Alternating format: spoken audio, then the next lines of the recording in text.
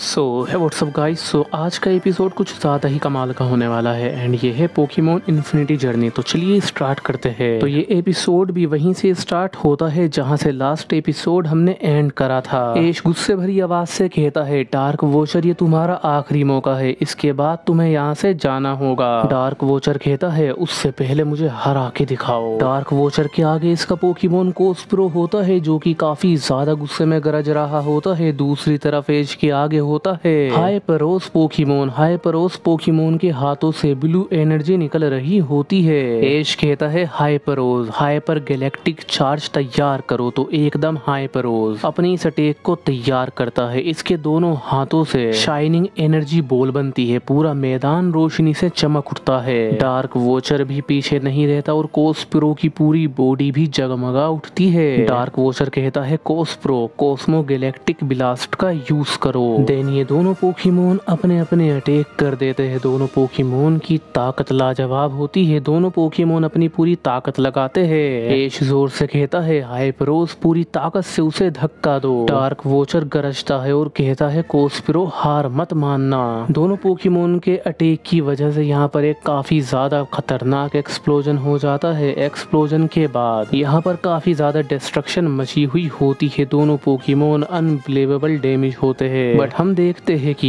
हाइपरोस नीचे गिरा हुआ होता है, लेकिन वो क्या, वो तो खड़ा हो जाता है और दूसरी तरफ से कोस्प्रो गिर जाता है। ये देखकर एश के चेहरे पर एक स्माइल आ जाती है एंड ब्रोक अनाउंस करता है कि इस बैटल के विनर है एश केचम। डार्क वॉचर गुस्से में पीछे देखता है अपनी टीम को और एश केचम से कहता है, भले ही तुम आज जीत गए और मुझे यहाँ से जाना पड़ रहा है, लेकिन अगर हम कभी कहीं और मिले तो मैं तुम्हें छोड़ूंगा नहीं। देन डार्क वॉचर कोस्प्रो की बची हुई पावर से ही यहाँ पर एक पोर्टल खोलता है एंड अपनी टीम के साथ यहाँ से चला जाता है। इसके बाद सब खुश हो जाते हैं। तभी अच्छा वॉचर एश केचम के पास आता है। हम देखते हैं कि एश केचम अच्छे वॉचर को हाइपरोस की पोकी बॉल वापस देता है, लेकिन अच्छा वॉचर कहता है, नहीं एश, इसे तुम अपने पास ही रखो, तुम्हें इसकी ज्यादा जरूरत पड़ेगी, लेकिन हाँ, तुम इस पोकेमॉन का यूज अपनी मर्जी से नहीं कर सकते। हाइपरोस अपनी मर्जी से ही इस पोकी बॉल से बाहर आएगा जब उसे लगेगा तुम्हें उसकी जरूरत है। एश कहता है, क्या सच में मैं इसे रख सकता हूँ? अच्छा वॉचर मुस्कुराता है एंड यहाँ से चला जाता है। एंड इसके बाद 6 महीने बीत जाते हैं। केंटो रीजन के फॉरेस्ट में कहीं एक गेट होता है जिसका नाम द गेट ऑफ डायमेंशंस होता है और यहाँ पर लाइजेंड्रे और जवानी होते हैं और ये एक प्लान बना लेते हैं कि इस गेट की मदद से हम दूसरे डायमेंशन की एनर्जी को अपने पोकेमॉन को देकर उन्हें पावरफुल बनाएंगे और केंटो रीजन पर कब्जा करेंगे। एंड ये दोनों ऐसा करते भी है, अपने पोकेमॉन्स को बाहर निकालते हैं। एक पूरी आर्मी होती है एंड एक डिवाइस की मदद से अपने इन पोकेमॉन्स को दूसरे डायमेंशंस की एनर्जी देकर पावरफुल बना लेते हैं। लेकिन तभी यहाँ पर एश, ब्रोक, मिस्टी एंड सरीना की एंट्री हो जाती है। ब्रोक इस गेट को देखकर कहता है, ये पोर्टल अनस्टेबल लग रहा है, एनर्जी लेवल्स अनस्टेबली हाई है, काफी हाई है, हमें जल्दी ही कुछ करना होगा। एश कहता है, जो भी हो, हमें लाइजेंड्रे और जुवानी को यहीं रोकना होगा। तभी लाइजेंड्रे और जुवानी अपनी पोकेमॉन आर्मी के साथ इनके सामने आ जाते हैं। हमारे हीरोज भी अपने सारे पोकेमॉन्स को बाहर निकाल लेते हैं। देन यहाँ पर दोनों साइड से पोकेमॉन अटैक कर देते हैं एंड एक पोकेमॉन वॉर शुरू हो जाती है। जिवानी कहता है, एश केचम तुम हर बार मेरे रास्ते में आते हो। तभी लाइजेंड्रे कहता है, हमारे पोकेमॉन इस एनर्जी की वजह से बूस्ट हो गए हैं एंड हम इन डायमेंशंस की मदद से केंटो रीजन को अपना बना लेंगे एंड एक नई दुनिया बनाएंगे। इस पोकेमॉन वॉर की वजह से इस डायमेंशन गेट पर भी काफी ज्यादा इफेक्ट होता है। तभी ब्रोक बताता है, ये गेट ओवरलोड हो गया है, ये फटने वाला है। तभी सरीना कहती है,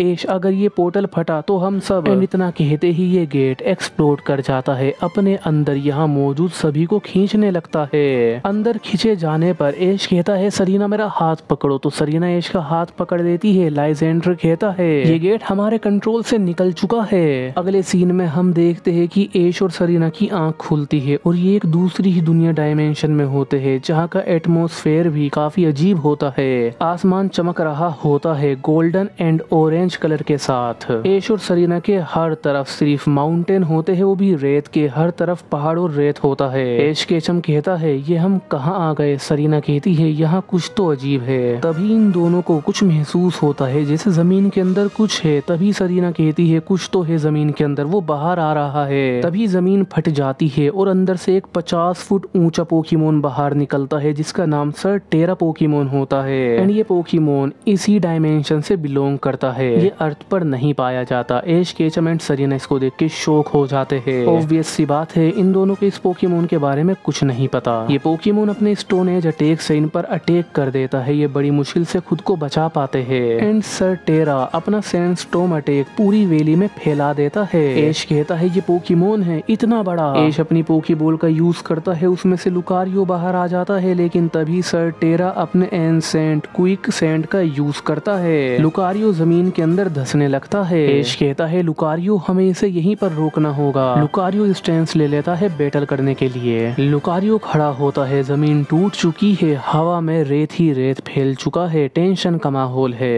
एश अपना ओरा स्पेयर कर देता है, लेकिन सरटेरा इसे डोज कर लेता है और फिर सरटेरा अपने अटैक के लिए तैयार होने लगता है। एश कहता है ये बहुत तेज है। तभी हम देखते हैं कि सरटेरा पोकेमोन स्पीड से आगे जा रहा होता है लुकारियो की तरफ। सरटेरा पोकेमोन अपनी टेल स्लैम का यूज करके लुकारियो को डैमेज कर देता है। लुकारियो हवा में उछल जाता है और जाकर एक पत्थर से टकरा जाता है। सरीना और एश कहते हैं लुकारियो जख्मी होने के बावजूद भी खड़ा हो जाता है। एश कहता है हम उसे जीतने नहीं देंगे। सरटेरा पोकेमोन अपने स्पेशल अटैक को चार्ज कर रहा है, जमीन टूटने लगती है। सरीना कहती है एश वो कोई खतरनाक अटैक करने वाला है, हमें जल्दी ही कुछ करना होगा। तभी एश केचम अपने मेगा स्टोन को बाहर निकालता है एंड लुकारियो को मेगा इवॉल्व कर देता है। तभी एश केचम का ध्यान जाता है कि हाइपेरारोस की पोकीबॉल खुद ही चमक रही है एंड अचानक से हाइपेरारोस पोकेमोन खुद ही बाहर आ जाता है। ये देखकर एश कहता है हाइपेरारोस तुम बाहर आ गए। जिसके बाद एश कहता है तो चलो ठीक है, मेगा लुकारियो हाइपेरारोस तुम दोनों एक साथ अटैक करना। मेगा लुकारियो तुम जाइंट ओरा स्पेयर करना एंड हाइपेरारोस तुम हाइपर गैलेक्टिक बीम करना। जिसके बाद ये दोनों पोकेमोन अपने अटैक्स को चार्ज कर देते हैं। देन ये दोनों पोकेमोन अपने अटैक्स को रिलीज कर देते हैं। वहीं पर सरटेरा पोकेमोन एक शील्ड बनाता है, सैंड शील्ड बनाता है एंड अपने एक काफी पावरफुल अटैक को भी कर देता है। सरटेरा पोकेमोन एक ही टाइम पे दो काम करता है, खुद को डिफेंस भी करता है और अटैक भी करता है। दोनों साइड के पोकेमोन के अटैक्स के बीच में टकराव हो जाता है एंड कोलाइड हो जाता है एंड काफी ज्यादा मैसिव एक्सप्लोजन हो जाता है।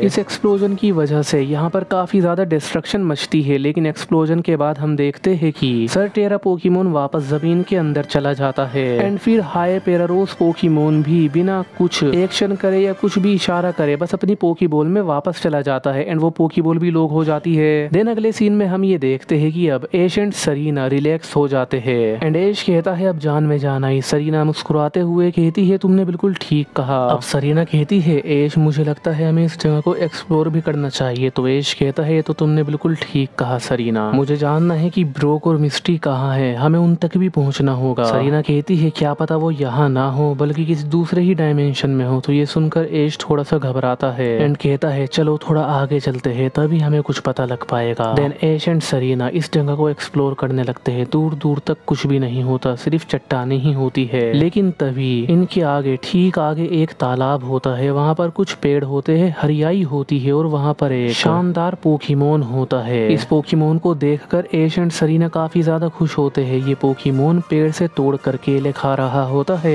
एश एंड सरीना आसमान में देखते हैं तो वहाँ से एक फ्लाइंग टाइप पोकेमोन गुजरता है जो कि काफी ज्यादा मैसिव एंड शानदार होता है। लेकिन तभी एश एंड सरीना को एक आवाज आती है रुक जाओ टिकल। एंड दूर से एक छोटा लड़का उसके पोकेमोन को जो कि काफी ज्यादा क्यूट होता है पकड़ने की कोशिश कर रहा होता है। ये छोटा लड़का दूर से ही एश एंड सरीना को देखकर कहता है मेरी मदद करो। तो एश एकदम आगे जाता है, इस क्यूट से पोकेमोन को पकड़ने की कोशिश करता है, लेकिन ये पोकेमोन सीधे छलांग लगा देता है एंड एश से टकरा जाता है। इससे एश को काफी चोट लगती है, लेकिन ये पोकेमोन शांत हो जाता है। ये छोटा लड़का आगे आ जाता है एंड एश एंड सरीना को थैंक्स करता है इसके पोकेमोन को पकड़वाने के लिए। एश एंड सरीना पूछते हैं ये कौन सी जगह है, इस जगह का नाम क्या है। तो ये छोटा लड़का कहता है ये तुम क्या कह रहे हो, ये हमारा घर है, टेरोस प्लेनेट है ये। एश कहता है तो इस जगह का नाम टेरोस है, इस डायमेंशन का नाम टेरोस है। एश पूछता है ये कौन सा पोकेमोन है। तो ये लड़का बताता है इसका नाम टिकल है, लेकिन ये तो काफी ज्यादा कॉमन पोकेमोन है, तुम्हें इसका भी नाम नहीं पता। तो सरीना कहती है मेरी बात को ध्यान से सुनो, दरअसल हम यहाँ से नहीं है बल्कि हमें किसी दूसरी दुनिया से है। तो ये सुनकर ये लड़का काफी ज्यादा शौक हो जाता है। देन एश एंड सरीना इस लड़के को पूरी बात समझा देते हैं एंड इस लड़के को इन पर यकीन भी हो जाता है। ये बताता है कि यहाँ पास में ही मेरा विलेज है, चलो मैं तुम्हें वहाँ ले चलता हूँ, मेरे दादाजी तुम्हारी मदद करेंगे, वो हमारे विलेज के एल्डर है। देन ये लड़का एश एंड एंड सरीना को अपने साथ ले जाने लगता है। रास्ते में ये लड़का अपना नाम नोवा बता देता है। अगला सीन इसके विलेज का होता है।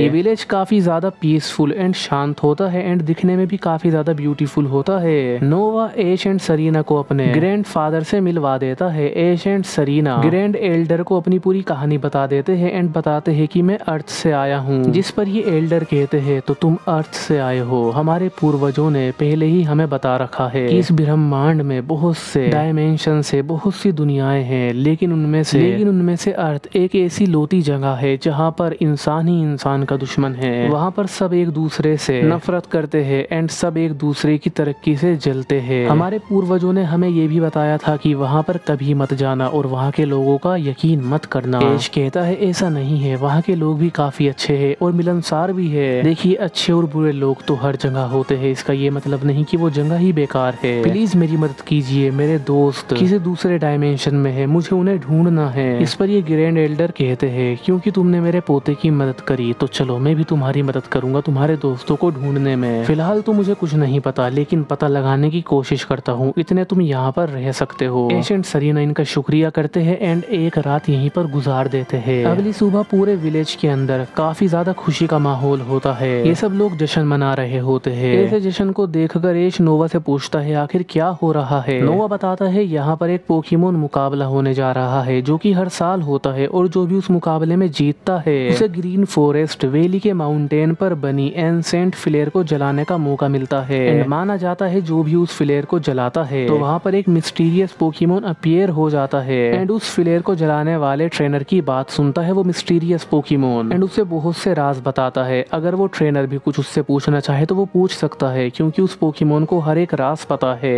ये सुनकर ऐश काफी ज्यादा खुश हो जाता है और कहता है आखिर वो पोकेमोन है कौन सा। तो इस पर फिर ये नोवा बताता है ये तो किसी को नहीं पता क्योंकि हर साल एक नया पोकेमोन आता है। ये सुनकर ऐश और ज्यादा एक्साइटेड हो जाता है और सरीना से कहता है सरीना मेरी बात सुनो, अगर मैं इस मुकाबले में हिस्सा लेकर जीत जाता हूँ और मुझे उस फ्लेयर को जलाने का मौका मिलता है तो मैं उस मिस्टीरियस पोकेमोन से अपने दोस्तों के बारे में पूछ सकता हूँ और ये पता लगा सकता हूँ कि वो कहाँ पर है एंड उन तक पहुँचने का रास्ता क्या है। ये सुनकर सरीना मुस्कुराती है और कहती है ये तो काफी ज्यादा अच्छा आइडिया है। तो ऐश कहता है नोवा मुझे लगता है वक्त आ गया है, मैं भी इस पोकेमोन मुकाबले में पार्टिसिपेट करूंगा। एंड देन बस गाइस आज के एपिसोड में तो इतना ही एंड आई होप आपको ये पसंद आया होगा। So don't forget to like share and subscribe.